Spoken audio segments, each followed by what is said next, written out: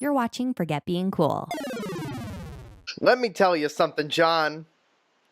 I like puzzle games, but I don't like Dr. Mario.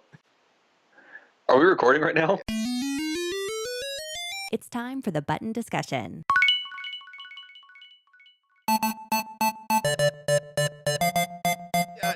One of these will go in there. Hi, John. Hi, John. Hi, Dave. I played Dr. Mario. Yeah, me too, man. Can I just confess something right now? I mean, you're laying back on the couch. This is an office chair, and people can see that, but sure. Okay, confess. We'll put a giant spotlight on you. I mean, the NES Classic controller cords are way too short for me to even lay back on the couch and do that. That's not a thing that's happening. Anyway, John. Yeah, man. I've never played Dr. Mario. I've never had any interest in playing Dr. Mario. It's never been a game that appealed to me. They announced Dr. Luigi a couple years ago. That didn't look interesting at all. That looked almost dumber. Wait, that was a thing? Yeah, it came out for the Wii U. That's a real game. I did not know this. Anyway, and then so the closest thing to Dr. Mario that I knew previous to booting it up this week was Dr. Mario and Melee. Like in Smash. Okay. So which, by the way, I do not like that character. I cannot stand playing as Dr. Mario. So I looked up a bunch of tutorials on how to play this game on the NES, Dr. Mario, and all I could find was Smash Brothers Melee tutorials about how to play Dr. Mario. Of course. It's awful, John. This game, oh god. First of all, I have no idea how you play this game. It took me about, an hour to figure out how to play. That is not how a puzzle game's supposed to work. You're supposed to boot a game up and understand it. Especially a game from this era. So, Jesus Christ. Okay. So first of all, you're building columns. You're not really supposed to be building columns. You're supposed to be more taking down columns. But if you were to have bought this game back on the NES, all right, it came with an instruction booklet that told you how to play it. That you were also expected to read, and probably most people did. Probably. But even without that, it's not that difficult to really figure out the concept. I mean, you put 4 of a color on top of each other and it disappears if you have a little virus, which is what the whole goal, right? So the whole goal of Dr. Mario is to get rid of the viruses that are on the screen. If you have a little virus that's yellow, and you stack 3 more yellows on top of it and it's gone. Yes, I figured it out, John. I figured out how Dr. Mario works, but I had no guidance. And I apparently didn't care previous of this point to figure this out. So, I had to figure that out. Okay. And I'm terrible at it, John. I'm beyond terrible at this game. I like Bejeweled. Okay? I know this is really a fair comparison. I love Tetris. I love Super Puzzle Fighter. Are you good at Tetris? I would argue that I'm average at Tetris. I wouldn't say I'm on the high end of Tetris players, but I would say that I can play competently. Okay, because I mean I'm decent at Tetris, right, and a couple of those other games like that, and there's so many, and I did not realize how many different similar-ish games. Like there's a Yoshi game, I think it's Yoshi, that was on the NES that has that same concept, right? You stack a certain number of things on top of each other and they go away. And I didn't realize how many there are, but there is something a little bit different about Dr. Mario, and I don't exactly know why it feels that much more difficult. It's like I have no idea where I'm supposed to be putting these pills. When I get the double colored sided pills, I really know what to do with those. I get it. Build the stack, right? And then crush the virus. That makes sense. Okay. It's when I get these ones that don't match the colors surrounding it, but I need them in the stack. It's like, okay, so do I tuck these in the bottom corner below the viruses? Are these just completely garbage things? Are these pills? Like ones that have no value to what you have on the screen at that moment. Right. Yeah, just hide them at the bottom. Because this is what's weird about this compared to Tetris, is that in Tetris, you're building from the bottom up, right? You're building these layers. You're leaving open different specific gaps because you have expectations of what's going to fall that'll fit specifically in those gaps.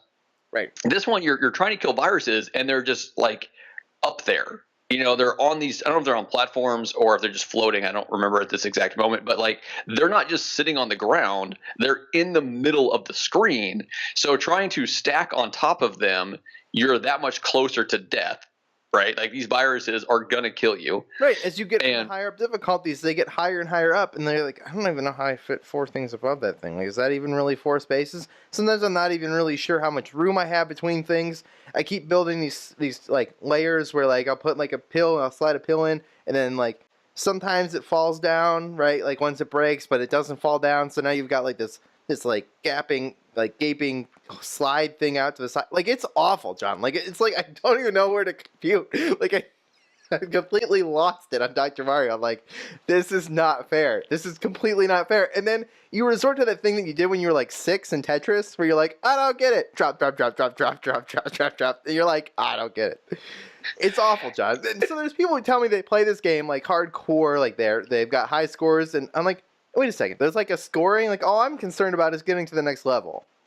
Which, yeah, no, I get that. And that's the way I play it, right? Like I don't like if I'm playing Tetris, I might try to go for the score. But this one, yeah, I'm just trying to survive because, like I said, it's not on the bottom. Like you don't have that full screen buffer to start with. And one little screw up, like let's say you have like a yellow virus, you stack 2 more yellow ones above it, and then you like flip a piece wrong, or you're trying to get a piece out of the way and it catches on that, and you're just like, well, now I'm done. Yeah, you're like, I don't have a way. Like, I don't have a solution to get rid of that. Like, I can't even build 4 above that to remove that slot so that I can slide more in. Like, it's like, I'm done. Like, so I give up. And that's that I give up thing that ruins that one more time. The addiction nature of puzzle games, right? Yeah. For me, it's that, holy crap, I just screwed up again. Holy crap, I screwed up again. Holy crap, I screwed up for the 15th time in a row, and I seriously haven't even beat this level. Now, do you ever play, or have you ever played it multiplayer? No. And I don't know how that would be different. Is it who knocks out the most amount of viruses? No, it's who completes the level first wins, right? So you both start with the same level. I want to say you even get the same pieces coming in the same order, I believe. It's the only way this sounds fair. That's the only way I can imagine that would be fair at all. Yeah. So, but it's whoever knocks out their screen first, whoever kills off their viruses first. But you can do certain things. You can get certain things that will screw with the other side, right? It's like in Tetris, where you get a 4 block or an 8 block or something like that. I guess 8 blocks aren't really all that possible, but you like a 4 block, like a 4 row thing done, and it sends over a bunch to the other side when you're playing competitively. It's a similar concept. I don't remember exactly what it sends your way, but it screws with you. And like I've played that way, and it's fun. Like playing against someone is fun. And depending on how good the other person is and how competitive they are, right? Like you want to be able to talk a little bit of trash, but like when you're just getting annihilated and getting bullied, it's not so much fun. See, I never want to play this game with anybody who thinks they're good at Dr. Mario. Yeah, so I know someone who I don't think they have specifically told me, but someone else that we both know has said that they are just amazing at this game. And guess what? I'm not going to play against her. Like, I just won't. Because, one, I know the relationship that her and I have, and like how she will mock me relentlessly, and I will feel like a 6-year-old girl by the end of the time I'm playing this game with her. And I'm just not going to do that. It's a game that I really, truly want to enjoy. It's a Mario game. It's a puzzle game. It's kind of like how I hate Picross. I know I'm just throwing lots of shade here at games that people love. Oh, see, I actually really like Picross. I don't get it. The same way that I don't really get the appeal of this. It's the amount of frustration that occurs for me playing this game that ruins it for me. Yeah. And I don't know. Yeah, no, I get that. There's a really fun game in there somewhere. I want maybe the box to be a little bit bigger than the Tetris square section. Maybe I want some more defined grids so I can actually see where the pieces are falling into. So I don't know how that's going to help you though. So where I get really screwed up is especially when you're playing competitively, right? You are trying to get it done as quick as possible, which means you have to hit the down button to make the thing drop faster. But if you're off by a little bit, or you do something wrong during that, or you have it flipped a little bit the wrong way, like... Well, those are my favorite versions of Tetris, where you can see where the blocks are going to slide into place. So, that's helpful. So, like, once you know it's gonna pop into the right place, you can press the up on the D-pad, and it'll pop right in there. And you're like, all right, now I'm getting like into this clicky move. Like Dr. Mario, like I'll slide something down. I'll be like, I'm gonna slide this in here really, really gentle, really smooth, and I'm like. And then I'm like, that's not where I thought it was going. Like that is not the position I thought this is gonna end up in. And I'm on the slowest setting. Like I'm on like, beginner level 0. Like I don't know. Part of me says I should maybe bump up the difficulty and see if like I adjust to having like a couple more viruses. Like I'm moving more pieces in tandem. Maybe it'll make more sense then. Yeah, probably not. No, it'll probably be worse. It'll probably be absolutely a disaster. Anyway, John, that's what I thought about Dr. Mario. Yeah, I don't know. I think it's a well-made game. I think it's a good game. I don't think it's my... Yeah, it's definitely not my game. I would be with you 100% on that. So what would you give it? What would you give it a rating of? Oh, I give this game like a solid 42%. Like there's clearly a game in there that people enjoy. See, it's funny though because you can definitely tell that your rating system is based off like how much of a Dave game is it. I give it 1 smile, 1 mad face, and a tear. I like the emoji system, John. I think it's a good system. Thanks for telling me something, John. No problem, Dave.